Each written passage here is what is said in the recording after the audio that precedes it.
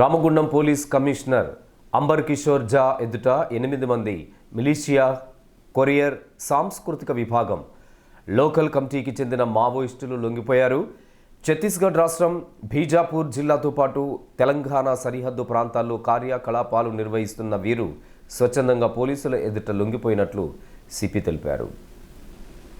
ఈ మేరకు శనివారం రామగుండం పోలీస్ కమిషనరేట్ కార్యాలయంలో ఏర్పాటు చేసిన మీడియా సమావేశంలో సిపి మాట్లాడుతూ పూర్తి వివరాలను వెల్లడించారు.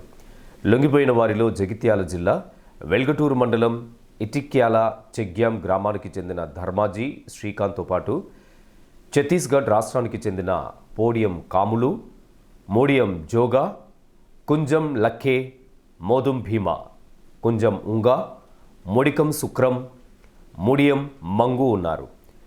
లొంగిపోయిన ప్రతి మావోయిస్టుకు ప్రభుత్వం అందించే పునరావాస పథకాలన్నింటినీ కల్పిస్తామని పోలీస్ కమిషనర్ ప్రకటించారు. అలాగే లొంగిపోయిన సభ్యులకు జీవనోపాధి కల్పించేందుకు రామగుండం పోలీస్ కమిషనరేట్ పోలీస్ శాఖ ఎల్లప్పుడూ కృషి చేస్తుందని అన్నారు. అజ్ఞాతంలో ఉన్న ఆదిలాబాద్, కరీంనగర్ జిల్లాకు చెందిన మావోయిస్టులు కూడా ఆయుధాలను వీడి జనజీవన స్రవంతిలో కలవాలని పిలుపునిచ్చారు.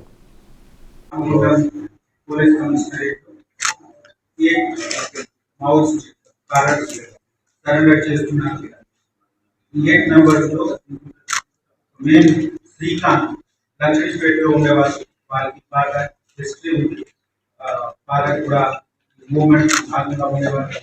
వాళ్ళు 2018 నుంచి యూజర్గా ఉండి పార్టీ రకరకాల పని చేశారు. వాళ్ళు ఛత్తీస్గఢ్ రాజ్యం సంబంధించిన బీజాపూర్ డిస్ట్రిక్ట్ కంగలూరు మండల్కి గర్పూర్ విలేజ్ వాళ్ళు ఒక 7 మెంబర్స్ ఇంక్లూడింగ్ ఒక లేడీ పార్టీ మెంబర్ కూడా ఈరోజు మా దగ్గర సరెండర్ చేసుకున్నారు. వాళ్ళు మల్టిపుల్ ఈవెంట్స్ లో పార్టిసిపేట్ చేసి మావోయిస్ట్ పార్టీలో పార్టీ కార్డులో పార్టీ మెంబర్స్ గా, ఇంటెలిజెన్స్ గ్యాదరింగ్ మిలిషియా కమాండర్ గా పనిచేశారు. ఈరోజు మన రాజ్య ప్రభుత్వం ఇచ్చిన మంచి వెల్ఫేర్ స్కీమ్స్ చూసి మనకు ఉన్న రిహాబిలిటేషన్ ప్రోగ్రామ్స్ మీద నమ్మకం పెట్టి ఈరోజు మా దగ్గర వాళ్ళు అందరూ సరెండర్ చేస్తున్నారు. వాళ్ళకి రావాల్సిన బెనిఫిట్స్ అన్ని వస్తాయి.